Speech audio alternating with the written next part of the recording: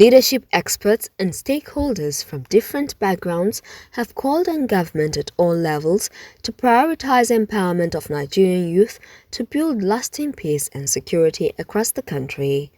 The stakeholders made the call at the 14th edition of the annual Peace Achievers International Conference and Awards in Abuja. The conference is themed Building Bridges for Sustainable Peace and Security, Integrating Sectors for Harmonious Future. Ambassador Kingsley Amafibe, Project Coordinator of Peace Ambassador Agency, organizers of the conference, said there was urgent need to create economic opportunities for Nigerian youth to get them occupied. In fact, we are sitting on a time bomb. Our leaders should take this very serious. Our major problem is unemployment. Young people are out there graduating every day without job. That is what, because someone like me who will be able to create a job opportunity, how do I get involved in crime? There are certain skill acquisition I believe the government should encourage young people about. And I bet you Nigeria will be a better place. I take myself as an example. I like to share my story. I came into Abuja without nothing. And today, I've been able to put things together. The problem with young people is that we intend to divert our attention to any trending opportunity we see every day. If you focus your strength in one craft and say, okay, this is what I want to do, and believe in it, I bet you will achieve success. Mr. Felix Achibiri, who made a presentation on peace building and through sectorial partnership, said youth economic empowerment was a catalyst for sustainable peace. There is a clear nexus between job security and building a harmonious and peaceful environment or society. There's also a need for the corporate sector to invest in community social responsibility. And government on its part has a greater role to play by making sure that an enabling environment is created for the private sector to thrive.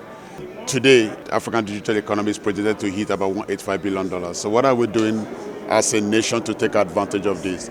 Hence, there is a need for us to invest in digital economy by creating ICT sectors and helping to set up incubation and acceleration centers in our primary school, in our secondary school, to unlock value and prepare our youth for the great future that lies ahead of us. Mr. Michael Bartlett van der Puye, President and Group Chairman M&C Group Global, said there was a need for African youths to challenge themselves and take their future in their hands. We have a dependence culture. We need to eliminate that.